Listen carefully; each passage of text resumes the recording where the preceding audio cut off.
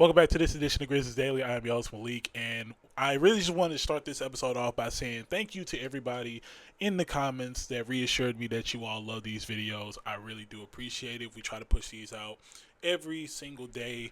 Obviously, some we haven't been really consistent with that, and by we I mean me.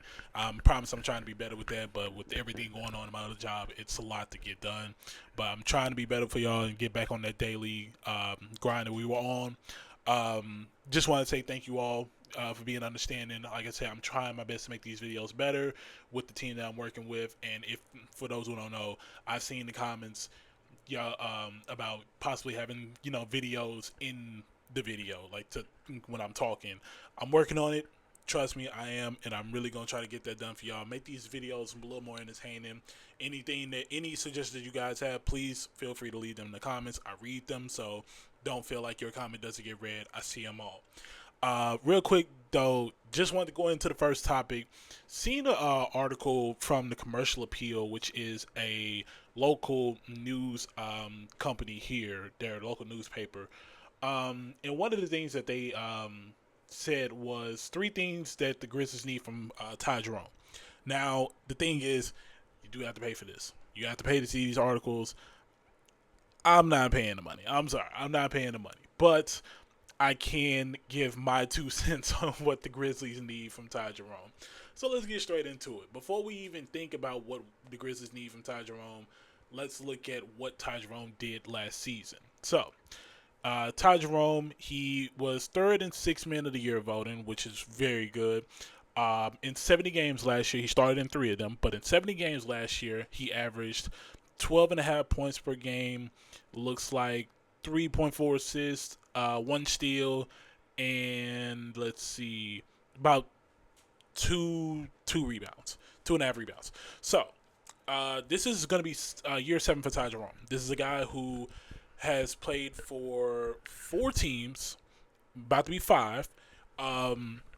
This is a guy that has a pretty good 3-point shot, 44% from the three, and 57% inside the paint. Overall, shooting about 51% last year. One thing about Ty Jerome's game that really sticks out to me is the fact that he's a pretty good 3-point shooter. Pretty good 3-point shooter. There's no denying that. The only thing with Ty Jerome that concerns me is, can he keep that consistency? Now, obviously throughout the year, like I said, 44% 3-point shooter. But here's the thing about Ty Jerome.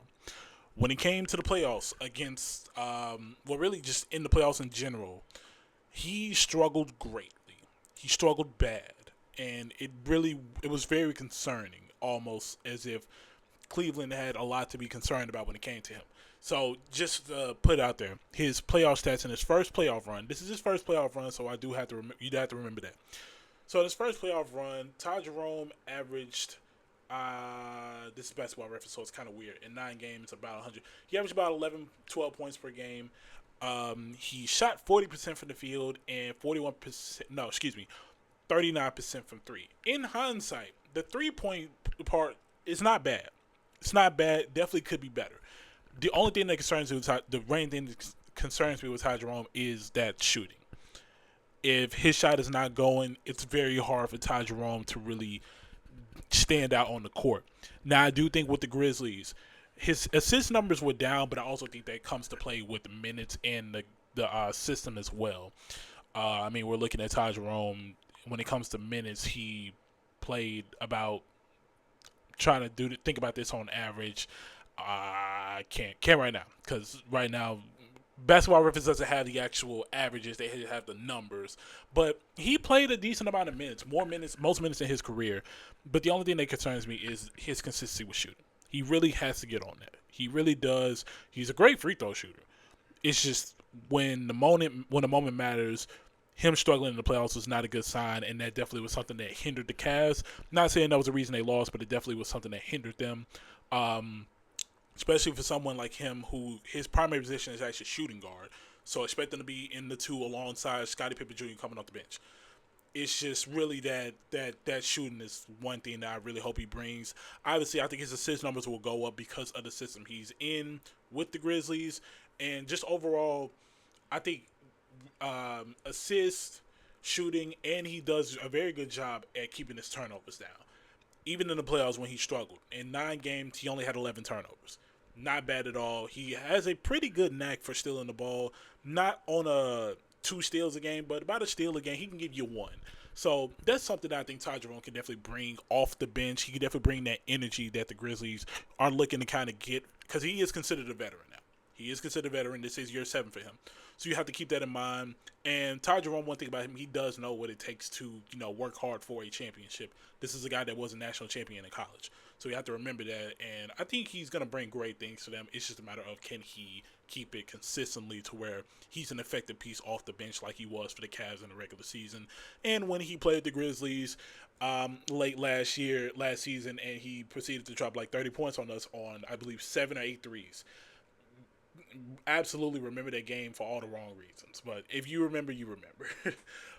With that said, I think Ty Jerome can be a leading piece when it comes to the Grizzlies having a breakout season. And the reason I say that is because over time, experts have actually kind of sided with the Grizzlies on being a team that breaks out. Now, to me, a breakout season for the Grizzlies would be 50-plus wins. I think if the Grizzlies get 50-plus wins, not only does that kind of guarantee you a spot out of the play-in, but it gives you a chance to kind of put the league on notice that, hey, we're a dark horse team that can really upset people. Because even then, the Grizzlies were bound to be a team that can upset other teams. I mean, you look at it, OKC, a lot of people had us set out to be that 8th seed that really stands out and potentially shocks everybody. So that's something that you also really have to keep in mind, that the Grizzlies have always been a team that just defies the odds, and people watch out for the Grizzlies. That's just as simple as that. But I think with the potential breakout year for Jaren Jackson Jr., the potentially healthy year that we could get from Ja Morant, I think as long as Ja Morant plays at least 60 to 65 games, we're talking a completely different ball game as to how the Grizzlies finish the year. So that's something we really have to keep in mind. And then it is a retooling year. So a lot of people, a breakout year will really put the league on notice, because a lot of people don't understand. With the retooling year, the Grizzlies are working to see what more do they need. And if the Grizzlies go win 50 games with this roster, and then they add along more pieces to help them in the offseason, then we're talking a completely different ball game into how the roster looks and how the experts look at the Grizzlies. The experts will experts will start looking at them as more championship contenders. And I think if the Grizzlies get older and better, then we're talking, potential for another finals run, considering what we had in 2022. It's just a matter of health, and can the team keep up with Izlo's system, which we have yet to see, but we're hoping it turns out and pans out better. Like I said, we expect a up-tempo pace with the team that can lead that can lead to more points and hopefully less turnovers. One thing about fast-paced offenses with Memphis teams in general is the turnovers. And we saw it bad last year. But hopefully the Grizzlies have improved on that and simply, just kind of work towards curbing that issue, because you can't win with a turnover issue. It's just that simple. So with that in mind, and speaking of next season and being a retooling year and all this and that, we also have to consider, what will the Grizzlies do with the trade deadline? Now, we already touched on things that players that the Grizzlies could target, but what about players that the Grizzlies could potentially go after at the trade deadline? One name that sticks out to me, and he's not a floor spacer, but I would not be opposed to the idea at all. One of the players that I think would stick out for the Grizzlies to get is Daniel Gafford.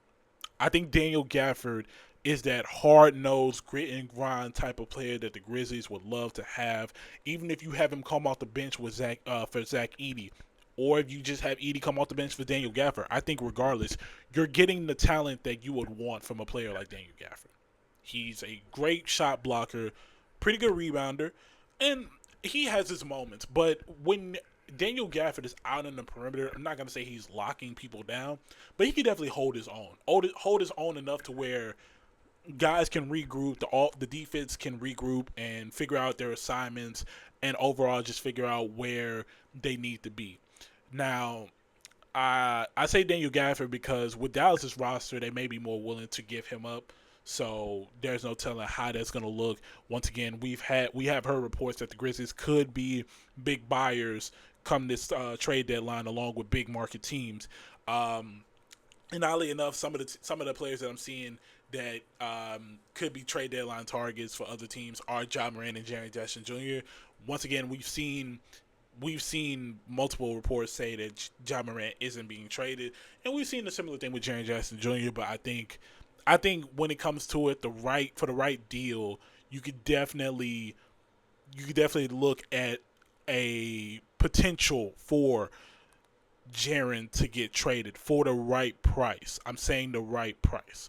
So I have it pulled up here from NBA.com, just outlining the moves that the Grizzlies made in the offseason. Obviously, you trade Desmond Bane, Jay Huff gets traded, Luke Kennard gets moved on, and Cole Anthony, who obviously didn't suit up, he's gonna he's on the Magic. Well, no, he's on the Milwaukee Bucks. That's the right team. So the reason I say Daniel Gafford is because you also have to remember that they did get Jock Landale on a 1-year deal, and I think depending on how Jock Landale plays, they'll be more willing to possibly trade for a better center that can play the paint a little bit more. But I will say Jock Landale does space out the floor a little bit more.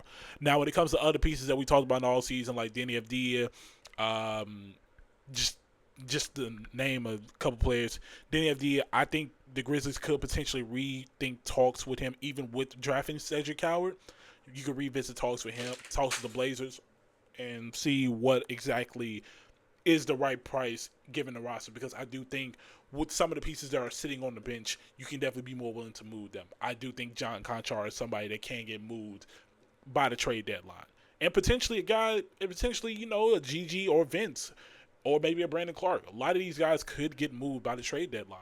We just have to really see who the Grizzlies are looking to buy and seeing if it's the right price. I mean, the Grizzlies are holding on to a good selection of picks too, so you have to also keep that in mind too.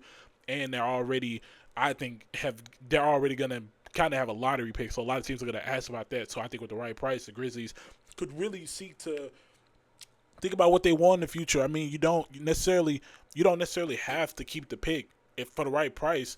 You don't have to go younger. And don't get me wrong, this upcoming class is very good. But I mean, at the end of the day, for the right price, take the deal. Simple as that. So obviously, before we get out of here, just want to say a lot of y'all interacting. I love to see that. Really love to see it. But I want to really interact with y'all even more. So in this video, if you're still watching, go in the comments and leave me your biggest hot take going into next season, or your biggest prediction for next season.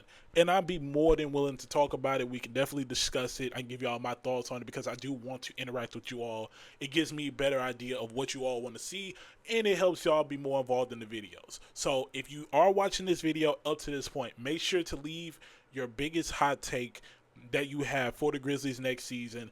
And on Monday's episode, we'll definitely talk about it, see how it fits, see the realism of it, see if it's scorching hot or if it's freezing cold. Love to talk about it. Definitely want to see our input on this season because I see all the comments, but I also don't really see a lot of input into these thoughts as well because y'all are going off my thoughts, but I want to go off y'all's thoughts. Let's switch it up on Monday. So if you're watching this video, make sure to leave that comment, and I'm definitely going to look at it. But if you like this video, make sure to like it, subscribe, turn on post notifications so you can be notified for when Monday's episode comes out. And that's for this edition of Grizzlies Daily. My name is Melek, and I'll see y'all on Monday.